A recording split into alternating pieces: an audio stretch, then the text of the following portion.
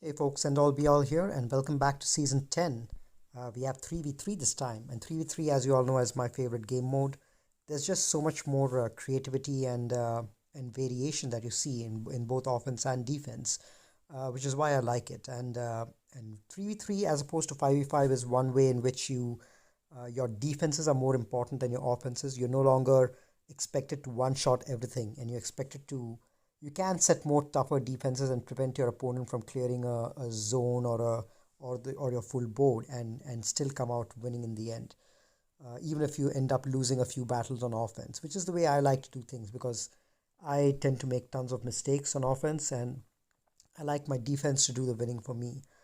But it's tons of things have changed since the last 3v3 session. Even though that happened just one season ago, we have the Darth Vader rework. We have Jedi Knight Luke, who is a beast in 3v3.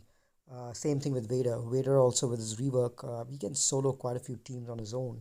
Plus, last time I had Rey, but I did not have ultimate on her. So Rey with ultimate especially is a really strong character in 3v3. In my opinion, I think of the two GLs, Kylo is definitely all round better, but in 3v3, I think Rey has got a slight edge. Um, just because if you have a solo Rey left, much more tougher to take out than a solo Kylo. Much more tougher to clean up. But um, but yeah, let's go in and see who our first opponent is and how our group is, and then we can get started. So we are facing. Let's see. So what I've done is I've already recorded this match beforehand itself, given that I had very little time for the offense phase. So I recorded it, and this is going to be a voiceover. But my opponent is It's a Trap from Cantina Lords. 323 banners, pretty decent lifetime scores, and decent amount of defense. A little bit on the lighter side, I would say. It's got an ultimate Ray, the only other character in my group who has an ultimate Ray. There are a few other folks who've got SLKR, but two or three folks who don't have a GL at all in my bracket.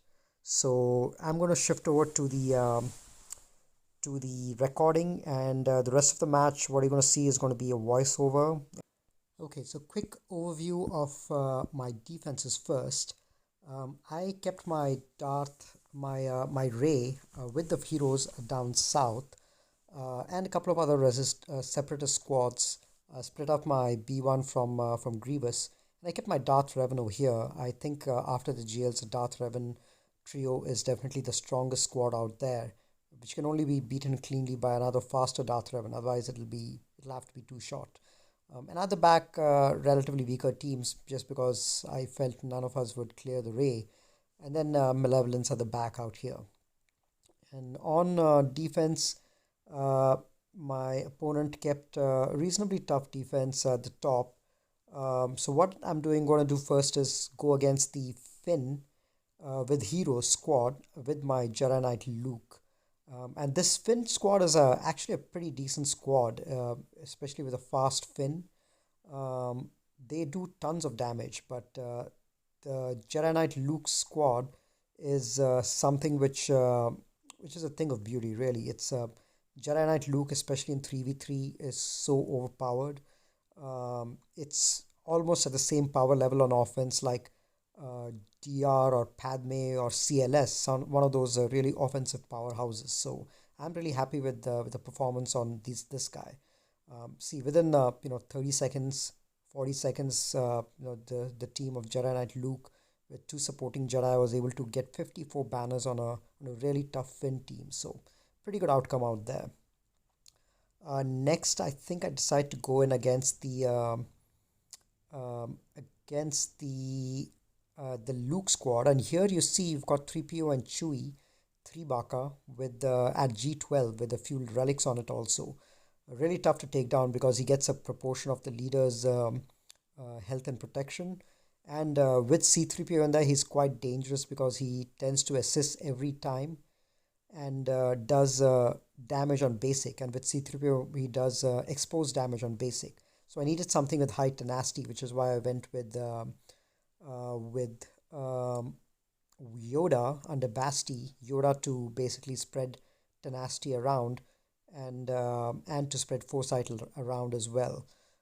Because these guys they whiff on forecast. They are not able to do much damage if forecast is around. So I felt Grandmaster Yoda was a good option out there.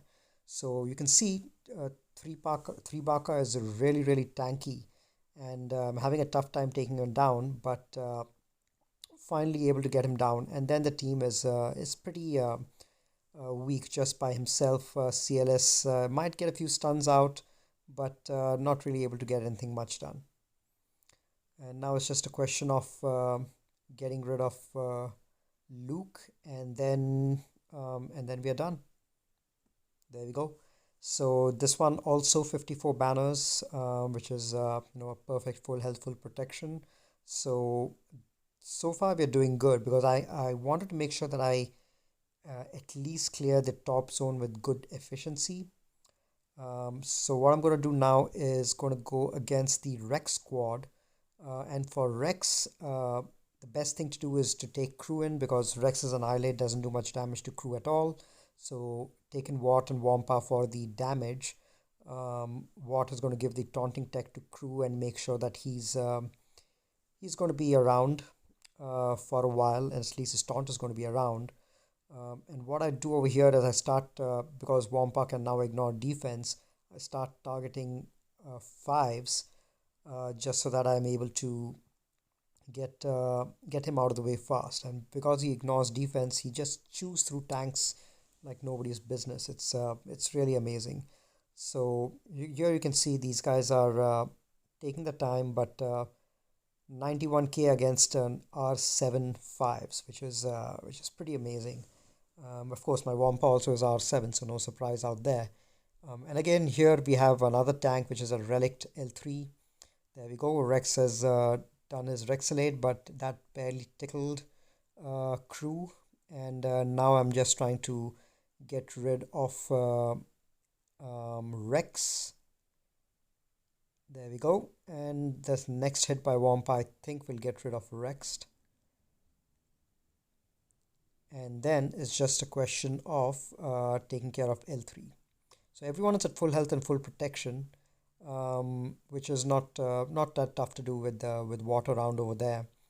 So now it's just a question of getting rid of L3 and another 54. So far I'm doing good. 354 battles against reasonably tough teams, and I haven't really wasted any of my really tough teams like GAS or CLS or Padme, because I wanted to save that for the South Wall.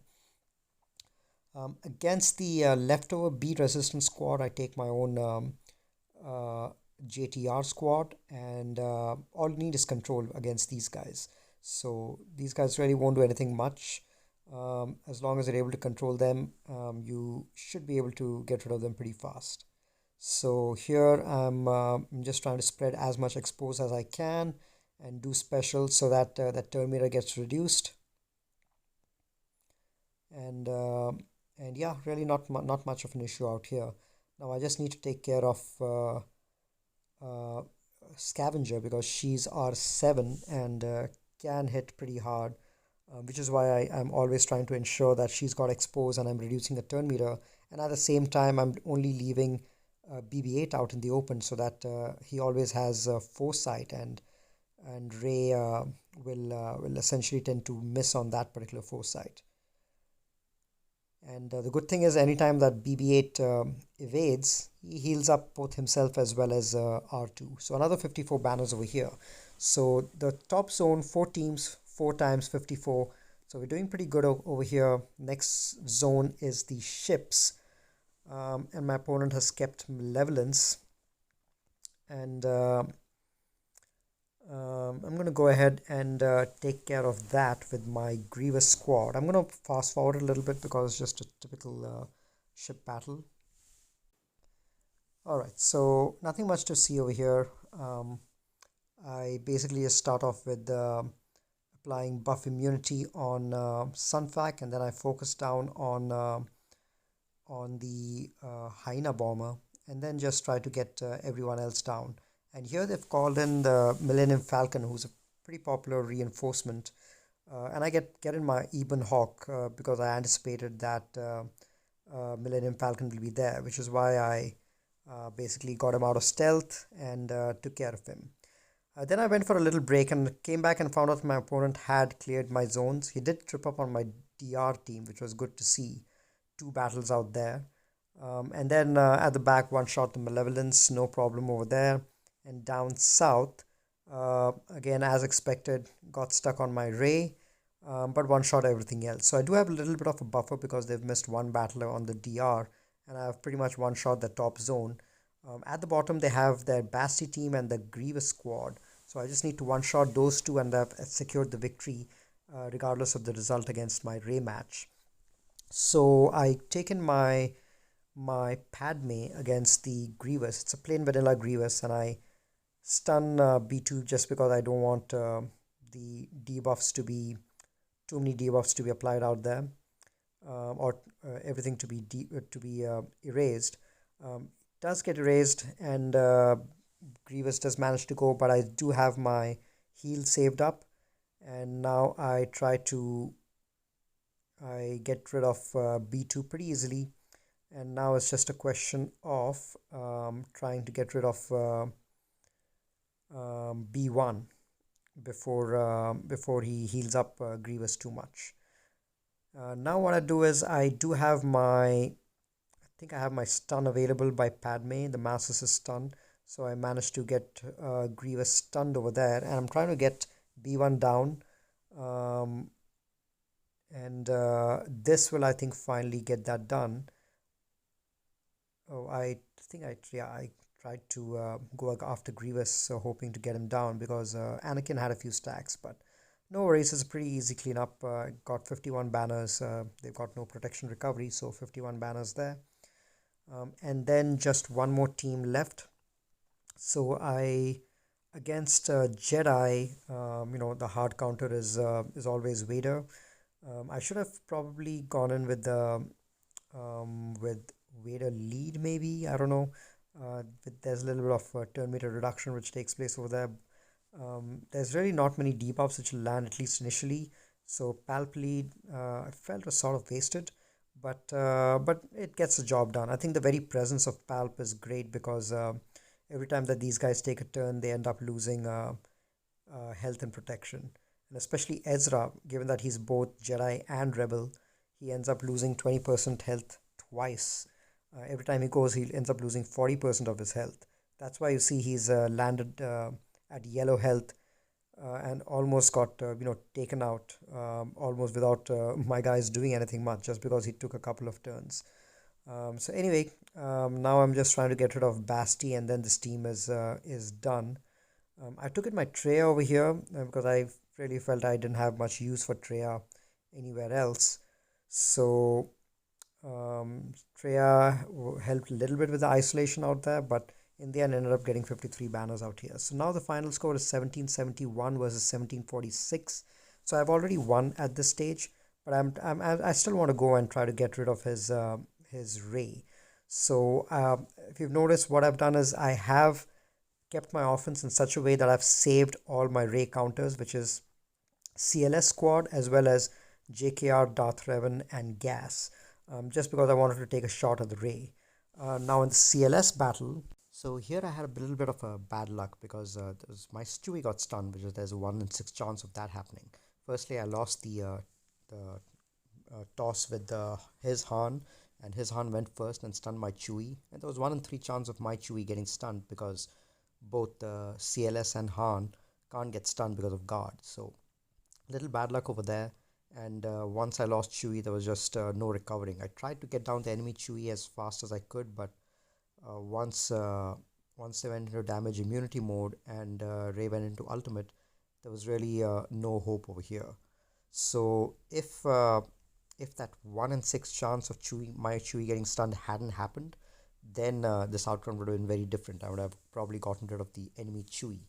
And once I get rid of the enemy Chewie, things become much easier because then Rey doesn't have guard. Han would still go first, but JKR, Thrawn, and Gas should have been able to get rid of Rey over there with the fracture and all of that. but with Ray still having guard, and no critical hits landing on her, it's an extremely tough situation, which is why this team is so effective, especially for a non-GL team to take out. It's an extremely tough team. So here I'm just going through a few squads, trying to get a health below 50% because I do want to try the JKR Thrawn and Gas squad, just to see how far I can get. It's pretty hopeless with Chewie still in there, but I decided to still give it a shot. And you can see over here I decided to take in my Geos to try to snipe Chewie once again. But with the protection up that he has, uh, here you see I land a big shot with Spy, but it barely does anything. So that was unfortunate, and the Geos were a failure as well. So then I go in and try a few more weak squads just to get Ray back down to 50% again. But the problem is, the moment you get it down to 50%, Han goes first because he shoots first, and that shot of his gets Chewie to assist and gets Ray above 50% health. So that's always a tricky thing to watch out for with this team. So here we'll see this particular team gets Ray back down to 50%. She's in yellow health, and the very next battle, you can check it out. I've taken my squad, my main squad, and you see Ray has healed up to above 50% immediately in the first turn, in Han's turn, and then drops back down to below 50%, which is damage immunity. So now, even if I fracture her, there's just no way that I'll be able to get anything done, and she's going to get her ultimate off. Um, and I probably won't be able to clear off the rest of the squad as well. So, um, maybe I could have tried fracturing her and then tried going after Chewie or something like that. But I wanted to see if I can at least take out Chewie. But even that was ineffective. So unfortunately, I wasn't able to clear this team, and my opponent wasn't able to clear my Ray as well. So that was a stalemate. I did end up winning the match, given that neither of us were able to clear our Ray. I just cleared mine with my side of the board with 25 banners more efficiency than my opponent. So not a very satisfying first match. I would have liked to clear the board. I always like to go for full clears, but we got the win. We're moving on to the next match. So that's it for this video. I'll catch you guys in a couple of days where we will go ahead and face our next opponent in the 3v3 battle. See you guys soon.